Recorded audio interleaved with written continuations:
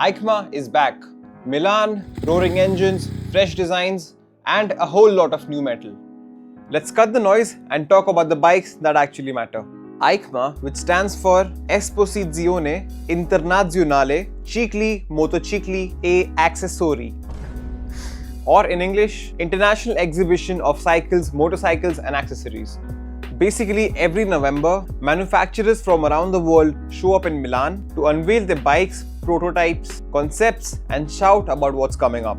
For us people in India, it means glimpses of the upcoming launches, some that will come here in the Indian market and some that won't. And in this video, I'll run through what's worth watching.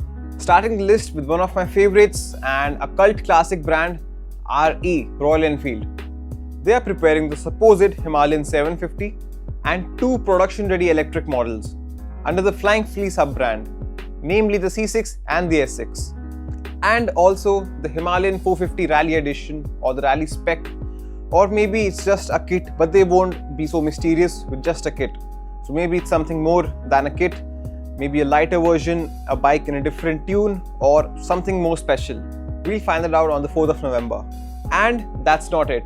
Very recently, Royal Enfield shared a teaser video of what I think is the Bullet 650, which had been spied earlier this year. And I for sure know one fact, that one day there will be a time where Royal Enfield would offer all of their models in both single and double cylinder options. But I just can't prove it yet. They'll also keep something reserved for their Motoverse, and EICMA would just be a showcase for the Himalayan and some teaser for the other higher CC models. Next up, BMW or the Bayerische Motorenwerke. BMW is most likely showing their F450 GS, which has been, I think, completely revealed by now. I don't know what's the point of keeping a secret and unveiling it later on, but still their official pages and their engineers have already showcased the F450 GS in its full production ready form. This might be another big launch because it feeds directly to the ever expanding ADV bike market, especially in India, where I think 400 to 700cc has been booming up rapidly in the past 2 or 3 years. And I do have a feeling that TVS will also launch a bigger RTX series in the coming future. But it's too early to say that right now. And if the F450 is launched in India and it's priced sharp, it could actually shake up the under 500cc segment of the adventure bikes, and I'm super excited for it.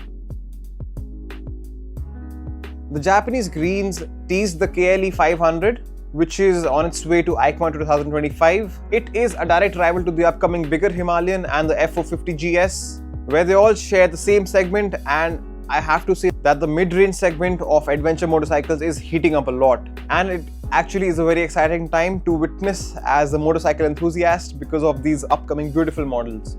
However, as of now, the India launch of the KLE 500 isn't confirmed, but it does look on the positive side because of the decent response of the smaller KLX 230 that we have seen recently. And yeah, they might as well launch the KLE 500, you never know. Now let's talk about the king of the Indian motorcycle market, Hero MotoCorp. I'm expecting models like the Xpulse 421, Extreme 250R, Charisma 250, and many more smaller motorcycles teased at the EICMA this year. This particular brand has been making a lot of premium moves as of now, and especially with them quietly expanding over to Europe. If you aren't aware, they had launched the Hunk 440 in the UK, which is nothing but a rebadged, resurfaced version of the Maverick 440, which was discontinued in India. And boy, the Hunk 440 doesn't look half as bad as the Maverick, because I mean, if they had launched the Maverick looking like that in India, definitely considered for once that bike. Now let's talk about the now lost and kind of forgotten brand, which I'm not gonna lie, I really love and appreciate their products. I think they deserve a lot more love and a little less hate that they have been getting in the Indian market. I think it should be riders who should be hated more than the machines. And if you guessed it right, it's KTM. After their struggles with finances, KTM is still trying to bounce back up, and they're gonna be a little down low at EICMA this year because of their obvious budget constraints. However, that doesn't say that they're not gonna launch new motorcycles. Well, they might update their RC 390 lineup, and there have also been a lot of spy shots surfacing over the internet of the supposed 490 twins, which is the RC 490 and maybe the Duke 490. However, it's just a matter of few days and we'll get to know what's up and what's not. Now we have another forgotten brand, and that's BSA. Now BSA has played it very smart and they have revealed little to nothing, but they have shared a teaser of nobody knows what. Your guess of what's coming would be as good as mine because I have no clue either. So yeah, let's see what BSA has to offer. Now let's talk about the Mona Lisa of motorcycles, one of my most favorite brands, and wait. Yes, I'm talking about Ducati. Now the Italian legend is most likely to be focusing on expanding their V2 lineup, which is a new motor and it replaces the existing Testa Stretta engine. So expect a completely new lineup of Ducatis with the new V2 block. And if I talk something new, I would expect maybe a few new collaborations, a few exclusive models, a few limited numbers, but that's just all cosmetic upgrades. And in terms of new, I just think the V2 expansion is what their focus is on at the moment. Now let's talk about some potato machines. The American legend has been very quiet recently. I'm not expecting anything new or something very special this year as well. As of now, I can only imagine and manifest more models based on the 440 platform. I would really love to see a smaller Pan America and maybe a proper cruiser looking motorcycle based on the same 440 platform. I mean, the engine honestly is super duper potent, the low end torque, the ride feel, the thumps, it's all such a beautiful process. And just like how Harleys have been over the years, that block just gives the feel of the ride more than performance. I mean, their Nightster 440 has been rumoring and it's all over the internet for God knows how long now. It's been over a year since they've been teasing their 440 Nightster patent and whatnot. So yeah, you never know if they might drop a silent bomb or maybe it's more of a waiting game at the moment. The Japs have already revealed their cards and I was mighty impressed. I mean, they are literally keeping the modern day motorcycles, the modern day machines still look desirable with the new CB1000s, unlike modern day cars which are just, boxes with a few digital screens and sharp edgy lines, which I'm not completely a fan of. In terms of something exciting for the Indian market, they might do something in terms of the NX500, which in India would mean the CB500X, which is their mid-segment adventure motorcycle, which I'm not sure even a lot of people know that exists in India. So yeah, let's see what Honda has to offer, and I'm not expecting much. And lastly, you should also expect something based on the new V3 engine platform that Honda has been working on for quite some time now, and I'm not sure if that's something headed towards India or not. Now the brand which I was never imagining would have an Indian connection a few years down the line, that is Norton. They're going to launch a fresh lineup of motorcycles, but that's not something for the masses though. Norton has been teasing their V4 platform for quite a while now, and it's finally time that we get to see the bikes in flesh and the full production ready form. So far what I know is that they're going to launch 3 motorcycles, the Manx, the Manx R and the Atlas.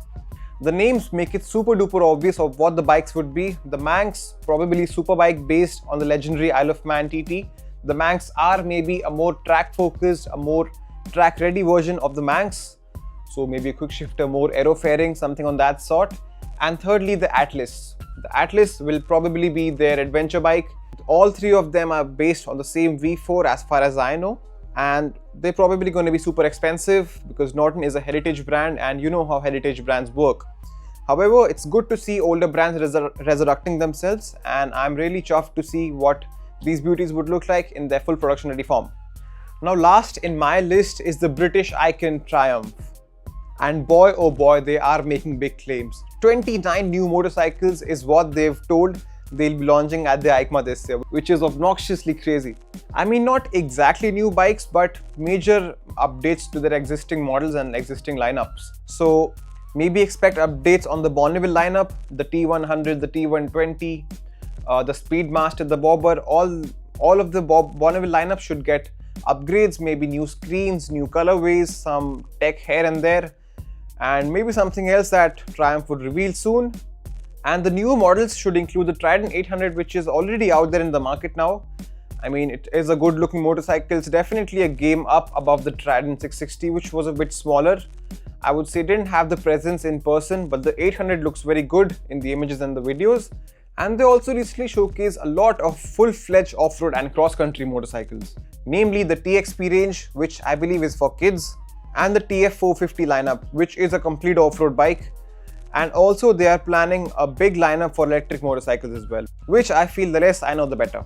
What's most exciting for the Indian market from Triumph should be the new 350cc range. The Speed and the Scrambler would probably get the new 350cc block, which I believe is pointless because the 400cc is like actual sweet spot of power. I mean, I would not require less power than that. That is just at the edge of decent power. Anything below the 400s would be super slow and sluggish. I'm not sure why they're downsizing it, but if they choose to do so, the bikes would become more accessible and more approachable for beginners and the people who are stepping their way into Triumph. Well, I honestly wanted to see a Triumph Tiger 400, which Triumph never chose to mention or even consider. This was a rage bait to you, Triumph, and I hope you hear my voice. Please give us a Triumph Tiger 400. Well then, that is my list summed up for the EICMA 2025, and I've intentionally skipped a lot of brands, for example Moto Guzzi, CF Moto, because these brands, they are good brands and they would cater more to a global audience than an Indian audience, and my priority was to focus more of what's coming and what's headed towards the Indian market, so I chose to focus more on those motorcycles. This year's EICMA is shaping up to be a turning point for motorcycling, not just for flashy concepts, but for motorcycles that will actually matter for us. If you're buying, watching or dreaming, this is the roadmap for you guys in the world of motorcycling.